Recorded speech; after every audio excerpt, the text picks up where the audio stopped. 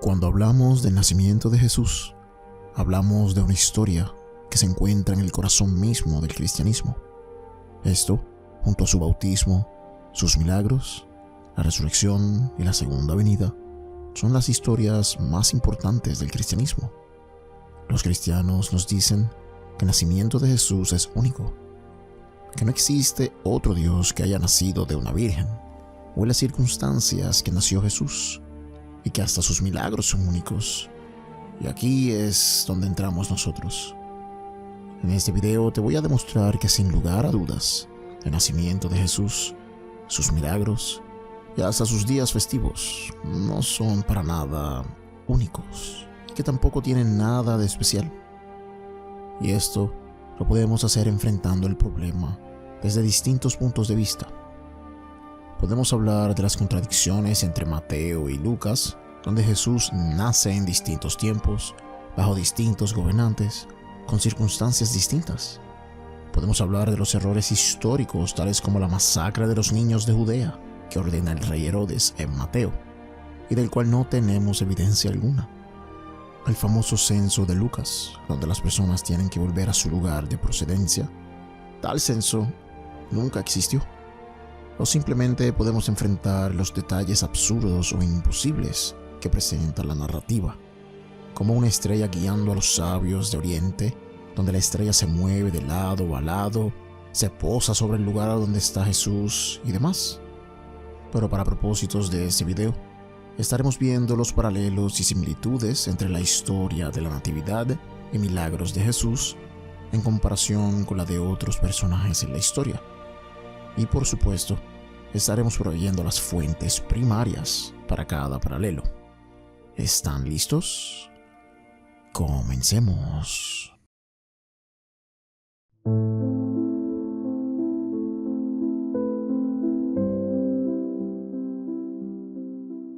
Primero, veamos una lista de todo lo que rodea el nacimiento de Jesús y las consecuencias de dicho nacimiento. Más adelante, presentaremos aún más paralelos. Número 1. Tenía un padre divino y una madre humana. Número 2. Su nacimiento fue predecido por los magos o los Magi, según Mateo capítulo 2, versículo 1 al 6. Número 3. Fue visitado por pastores, según Lucas capítulo 2, versos 8 al 20.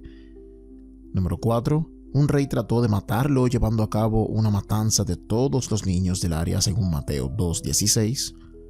Número 5. El embarazo de la madre fue anunciado por un mensajero divino, según Lucas capítulo 1, versos 26 al 37. Y número 6. Una señal en el cielo anunciaba su nacimiento, como fue el caso de la famosa estrella de Belén, que guió a los magos, según Mateo capítulo 2. Ahora que tenemos esta lista de datos que rodean el nacimiento de Jesús, hagamos una tabla, y en ella colocaremos a todos los dioses y personajes históricos que llenen dicho criterio, demostrando así que el nacimiento de Jesús no es único o especial como dicen los cristianos, sino que es uno más del montón de nacimientos especiales. Verán, cuando un personaje era importante, o se quería demostrar que era importante, los escritores utilizaban recursos literarios muy famosos en la época. Y esos eran que dicha persona era un semidios, o nacido de una madre humana y un padre divino, que su existencia era tan importante que los reyes o poderes de autoridad intentaban matarlos cuando eran niños, etcétera, etcétera. Todos estos recursos literarios se le aplicaban a muchos personajes, no solo a Jesús. Así que veamos quién más comparte estas características literarias con Jesús. Comencemos con Apolonio de Tiana, un filósofo nacido en el primer siglo, contemporáneo con Jesús. Este tenía una reputación similar a la de Jesús. Era un gran maestro, hacía milagros y demás. Y al igual que Jesús, este también era un Dios encarnado. El sofista Philostratus escribe en su obra La vida de Tiana, capítulo 1, versos 4 y 5. A su madre, justo antes de que él naciera, se le apareció una visión de Próteo, quien cambia de forma constantemente en Homero, en la figura de un demonio egipcio. Ella no se asustó en absoluto, pero le preguntó qué tipo de hijo tendría. Y él respondió: yo mismo. ¿Y quién eres tú?, preguntó ella.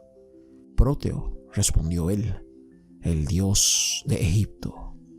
Pero la gente del país dice que justo en el momento del nacimiento, un rayo parecía a punto de caer sobre la tierra, y luego se elevó hacia el aire y desapareció en las alturas.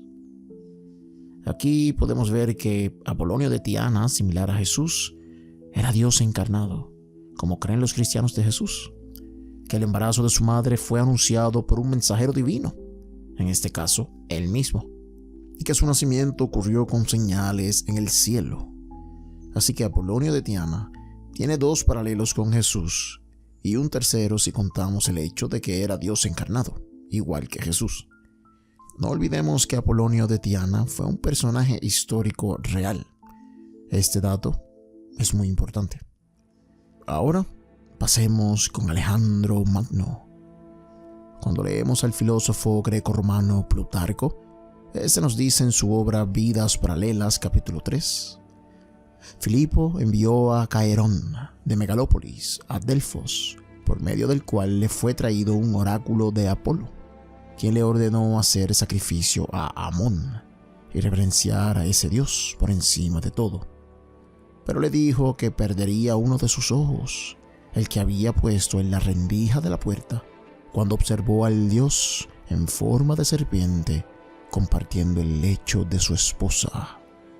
Aquí vemos que Filipo, el padre de Alejandro Magno, espió a su esposa teniendo sexo con el dios Amón, que vendría siendo el mismo Zeus, mientras éste estaba en forma de serpiente.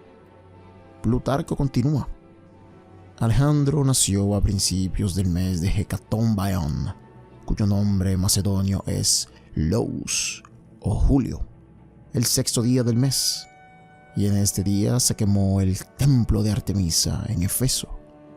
Pero todos los magos que estaban entonces en Efeso, al ver el desastre del templo como una señal de un desastre mayor, corrían golpeándose la cara y gritando en voz alta que ese día había nacido para Asia el dolor y la gran calamidad. Así que claramente podemos ver que Alejandro Magno también comparte paralelos en su natividad con Jesús. Tenía un padre divino, en este caso Zeus, quien se acostó con su madre en forma de serpiente, y su nacimiento fue predecido por los magos o los sabios, quienes sabían que el fuego en el templo de Efeso era una clara señal de que Alejandro ya iba a nacer. Ahora pasemos a Ciro el Grande, el gran emperador del imperio medo-persa, que vivió en el sexto siglo a.C. Este gran rey también aparece en la Biblia, pero cuando leemos la historia de su nacimiento, encontramos algunos paralelos con el nacimiento de Jesús. El historiador Heródoto nos dice en su obra Historias, libro 1, capítulos 107 y 108, el rey Astíages tenía una hija, a quien llamó Mandane. Soñó que ella orinaba tanto que llenaba su ciudad y anegaba toda Asia.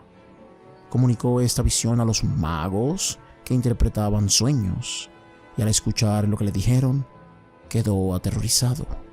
Más tarde, cuando Mandane llegó a la edad de casarse, temió tanto la visión que no quiso entregarla en matrimonio a ningún medo digno de formar parte de su familia, sino que la casó con un persa llamado Cambises. Pero durante el primer año de matrimonio de Mandane con Cambises, Astíages tuvo un segundo sueño. Soñó que una vid crecía de los genitales de su hija y que esa vid cubría toda Asia. Después de haber tenido este sueño y de comunicárselo a los intérpretes de sueños, los magos o los sabios, envió a buscar a su hija entre los persas, quien estaba a punto de dar a luz. Y cuando llegó, la mantuvo vigilada con la intención de matar al hijo que naciera. Esto porque los intérpretes declararon que el sueño significaba que el hijo de su hija gobernaría en su lugar. Ansioso por evitar esto, Astíages, al nacer Ciro, llamó a Árpago, un hombre de su casa, su sirviente más fiel entre los medos y administrador de todas sus posesiones, y le dijo: toma al hijo que Manda me dio a luz, llévalo a tu casa y mátalo. Luego, entiérralo como quieras. Claramente el rey Ciro el Grande también tiene una leyenda donde unos magos profetizan su nacimiento, pero un rey se niega a ceder su puesto, así que lo manda a matar. Más adelante en la historia, Heródoto nos dice que unos pastores visitaron a Ciro después de nacer, o sea, otro paralelo más con Jesús. Así que el rey Ciro claramente comparte varios paralelos con Jesús en su nacimiento. Y son muchos los personajes que comparten esos paralelos. Por ejemplo, el César Augusto también tuvo un padre divino y una madre humana. Y también intentaron matarlo cuando nació para que no alcanzara el trono. Lo mismo con Platón, quien también tuvo una madre humana y un padre divino, etcétera, etcétera. Pero aún así los cristianos dicen que ninguno de estos dioses nació de una virgen igual que Jesús, y que su nacimiento el 25 de diciembre tampoco es real. ¿Pero será eso cierto? Pues lamento decirles que no es así. También existen otros dioses o semidioses que nacieron de una virgen y que también nacieron en o cerca del 25 de diciembre, en el solsticio de invierno.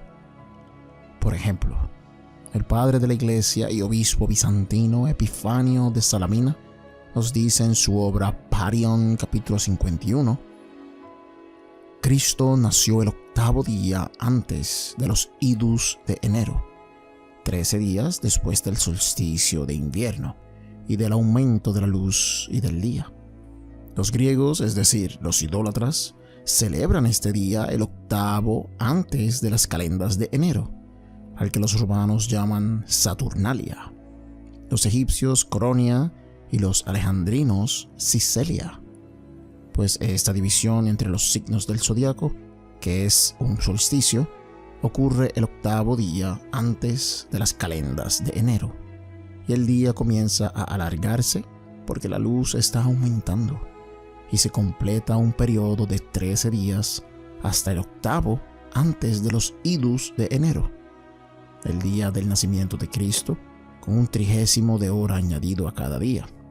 El sabio sirio Efrén testificó sobre el cálculo en sus comentarios cuando dijo: así la venida de nuestro Señor Jesucristo, su nacimiento en la carne o encarnación perfecta, que se llama la Epifanía, fue revelada después de un espacio de 13 días desde el comienzo del aumento de la luz, porque esto también debe de ser un símbolo del número de nuestro Señor Jesucristo y sus 12 discípulos, ya que, añadido a los discípulos, completó el número de los 13 días del aumento de la luz, primero en Alejandría, en el Coreum, como le llaman, que es un templo muy grande, el santuario de Coré o de la Virgen.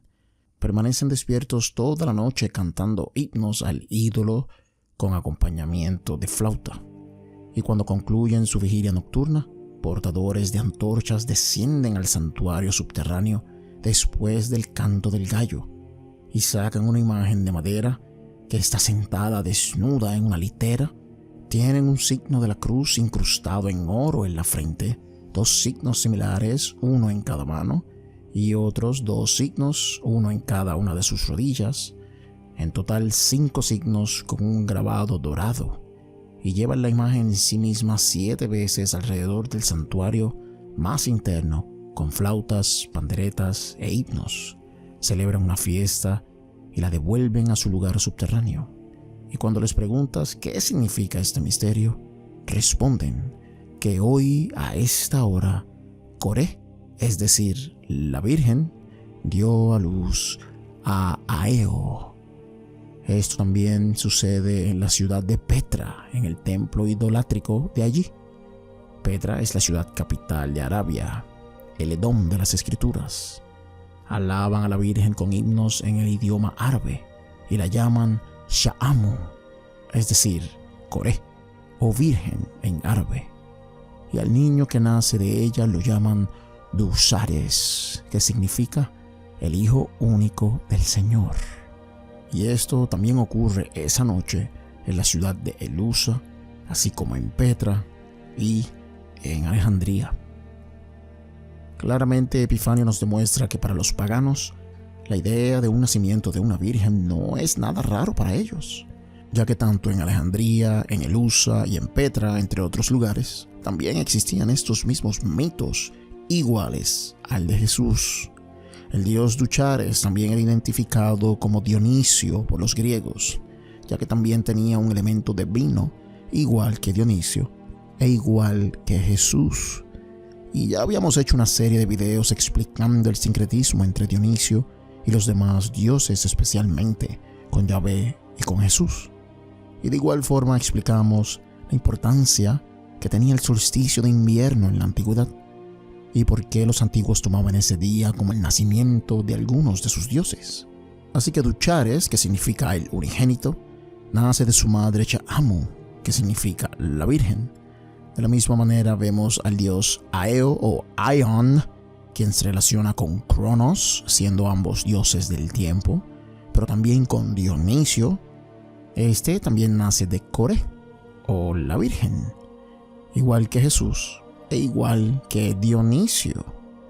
Algo muy interesante aquí es cómo todas estas fiestas, desde Saturnalia, Cronia, Ciselia, entre otras, también celebraban el nacimiento o la epifanía de sus dioses, 13 días después del solsticio de invierno, es decir, en los idus de enero, el 6 de enero, igual que la epifanía de Jesús, según Epifanio, quien nació el 6 de enero.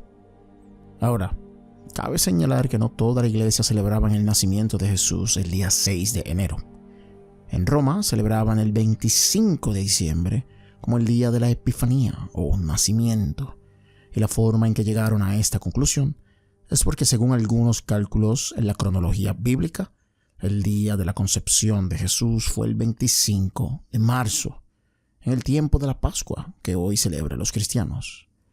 Curiosamente, el dios egipcio Horus, mejor conocido como Harpócrates por los griegos, también nació prematuramente el 25 de diciembre y se celebra su nacimiento en el equinoccio de primavera, es decir, a finales de marzo, igual que la Pascua de Jesús. Veamos lo que nos dice el filósofo Plutarco en su obra Isis y Osiris, sección 65. Por esta razón, también se dice que Isis, cuando percibió que estaba embarazada, se puso un amuleto en el 6º día del mes Faofi, que sería septiembre a octubre, y hacia el tiempo del solsticio de invierno dio a luz a Harpócrates o Horus, imperfecto y prematuro, entre las primeras flores y brotes. Por esta razón, le traen como ofrenda los primeros frutos de las lentejas en crecimiento, y los días de su nacimiento los celebran después del equinoccio de primavera. Claramente vemos otro paralelo con Jesús, el dios Harpócrates o Horus, naciendo alrededor del mismo tiempo que Jesús en diciembre 25, según los cristianos de Occidente, y celebrando los días de la Pascua en marzo. Con esto, ya no pueden decir que Jesús es el único en tener una celebración el 25 de diciembre, porque no es así. Horus también nació en esa fecha y también se celebra en la Pascua. Ahora, volvamos al 6 de enero. Verán, los cristianos de Oriente o los ortodoxos celebraban no solamente la Epifanía de Jesús o manifestación o nacimiento en el 6 de enero, sino que en ese día también se celebraba el bautismo de Jesús por Juan el Bautista y la boda de Caná. Y la razón por la que se celebraba en este día me la ahorraré por ahora, ya que no quiero dañarles la sorpresa que les tengo para la segunda parte de nuestra serie sobre los distintos cristianismos, donde hablaremos de un grupo en particular que son los responsables de que estos hechos se celebraran en enero 6. Ahora, ¿por qué mencionamos esto de la boda de Caná y el bautismo de Jesús en enero 6? Pues si bien recordamos, la boda de Caná fue el lugar donde Jesús realiza su primer milagro, y todos sabemos que dicho milagro fue el de convertir el agua en vino. Pues esto tampoco es original de Jesús. Verán, el dios Dionisio, quien era conocido como el dios del vino, también convertía el agua en vino. En su obra Historias Naturales, libro 31, capítulo 13, el autor romano Plinio el Mayor nos dice: según Muciano, hay una fuente en Andros consagrada al padre Liber, mejor conocido como Dionisio, de la cual fluye vino durante los 7 días designados para el festival anual de ese dios. El sabor de este vino se transforma en agua en el momento en que se saca de la vista del templo. Según este autor, la fuente de agua en la isla de Andros toma el sabor de vino cuando se celebra el festival anual de la Epifanía de Dionisio, o sea, su manifestación, cuya fecha ocurre por una semana desde los nones de enero, o sea, entre el 6 y el 13 de enero, similar a las fiestas de los primeros cristianos, quienes celebraban el bautismo de Jesús y su nacimiento, y la boda de Caná, del 6 al 13 de enero. Y es en esta fecha, durante el festival de Dionisio en la isla de Andros, cuando el agua toma el sabor del vino mientras esté en el templo. Pero si tomas el agua y la sacas de la presencia de la fuente en el templo, el sabor vuelve a ser de agua y no de vino. Este mito nos demuestra que durante este festival, el dios Dionisio se aparece en su templo y el agua cambia a vino. Este festival tiene sus inicios con la leyenda de que cuando Dionisio nació de su madre Semele, quien era una virgen que fue tocada en su hombro por el dios Zeus para caer encinta, sus cuidadoras lo bañaron en una fuente de Tebas y de repente todo el agua cambió de color y de sabor al del vino, según Lisandro capítulo 28 verso 4. De ahí en adelante, el dios Dionisio se manifiesta todos los años durante el festival, transformando el agua dentro del templo en Andros en vino. Así que Dionisio no solo transforma el agua en vino como Jesús, antes que Jesús, sino que también nació de una virgen cuyo padre era un dios y cuya concepción ocurrió sin un acto sexual, igual que Jesús. Pero cuando el libro de Juan menciona a Jesús convirtiendo el agua de las vasijas o tinajas de piedra en vino, tengo que hacer un hincapié gigante y observar lo que ocurría en los festivales de Dionisio. El autor Pausanias nos dice en su obra Descripciones de Grecia, libro 6, capítulo 26, versos 1 y 2, entre el mercado y el Menús hay un antiguo teatro y un santuario de Dionisio. La imagen es obra de Praxíteles. De todos los dioses, los eleos veneran a Dionisio con la mayor reverencia y afirman que el dios asiste a su festival, el Tiía. El lugar donde celebran el festival, que llaman Tiía, está a unos 8 estadios de la ciudad. Los sacerdotes llevan 3 vasijas al edificio y las colocan vacías en presencia de los ciudadanos y de cualquier extranjero que pueda estar en el país. Las puertas del edificio son selladas por los propios sacerdotes y por cualquier otra persona que así lo desee. Al día siguiente, se les permite examinar los sellos y al entrar al edificio encuentran las vasijas llenas de vino. Yo mismo no llegué a tiempo para el festival, pero los ciudadanos más respetados de Elea, junto con algunos extranjeros, juraron que lo que he dicho es verdad. Los andrios también afirman que cada 2 años en su fiesta de Dionisio, el vino fluye por sí solo desde el santuario. Claramente Jesús no era único ni especial haciendo milagros tampoco. Es curioso ver cómo en la boda de Caná, Jesús toma 6 vasijas en comparación con las 3 vasijas del festival de Dionisio. Es como si el Evangelio de Juan quisiera demostrar que Jesús es aún más poderoso que esos dioses. Dionisio usó 3 vasijas, pues mi Dios usará 6. Y esto parece un poco tonto decirlo, pero es verdad. La competencia y la polémica entre dioses y sus creyentes sí existía. Y los cristianos no se quedan atrás demostrando que a pesar de los demás dioses, el suyo es el más poderoso. Veamos lo que nos dice el padre de la iglesia del segundo siglo, Justino Mártir, quien en su primera Apología, capítulo 21 y 22, nos dice: y cuando decimos también que el Verbo, quien es el primogénito de Dios, fue engendrado sin unión sexual, y que Él, Jesucristo, nuestro Maestro, fue crucificado, murió, resucitó y ascendió al cielo, no proponemos nada diferente de lo que ustedes creen respecto a aquellos que consideran hijos de Júpiter. Pues ustedes saben cuántos hijos sus escritores estimados atribuyen a Júpiter.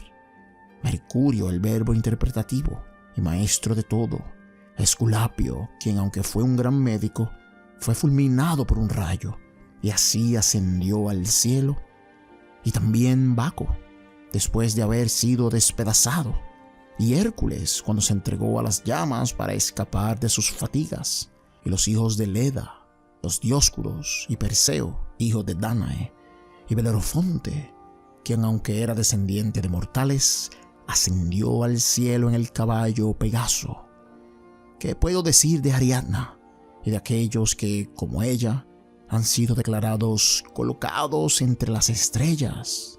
¿Y qué de los emperadores que mueren entre ustedes, a quienes consideran dignos de deificación, y en cuyo caso producen a alguien que jura haber visto al César ardiente ascender al cielo desde la pira funeraria?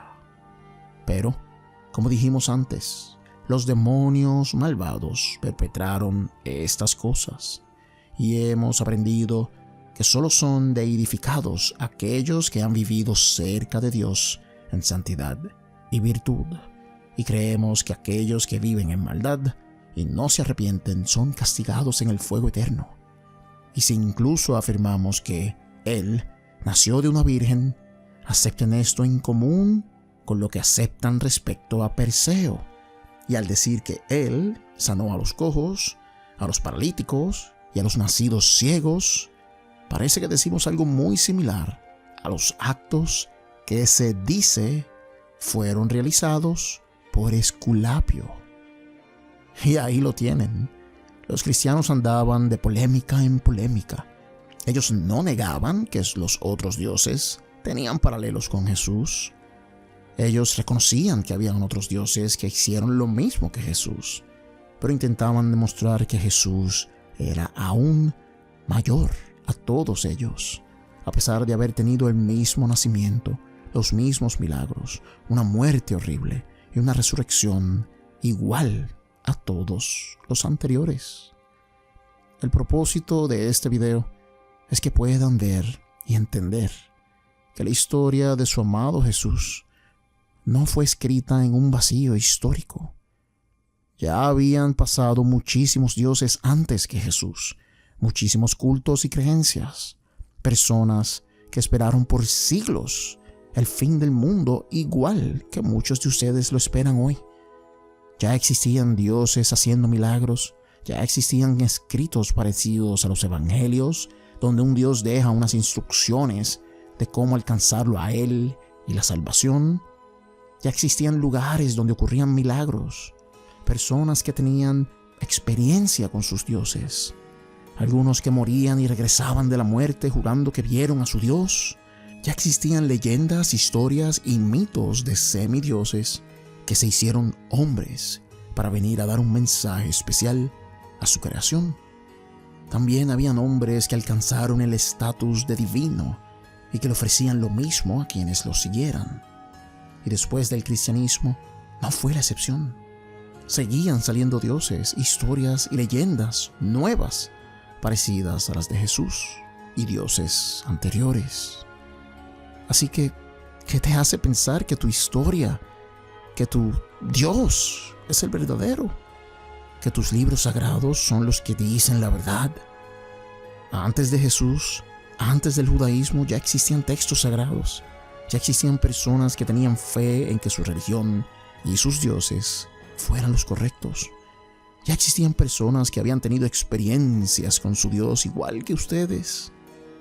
¿Qué te hace pensar que eres tú el que tienes razón? No puedes decir que el cristianismo es verdadero porque lleva 2000 años de existencia. Porque, si no lo sabías, el hinduismo tiene más de 4000 años de existencia. El budismo tiene más de 2500 años. Las creencias chinas como el taoísmo y el confucianismo tienen más de 3000 años. Las religiones egipcias tuvieron más de 3000 años antes de que naciera el cristianismo y el islam. Y por supuesto, el animismo y las tradiciones indígenas tienen decenas de miles de años de antigüedad y continúan hasta el día de hoy. La única diferencia es que ninguna de esas religiones usó la fuerza, la conquista y las amenazas de muertes para doblegar al mundo entero a someterse a sus filas.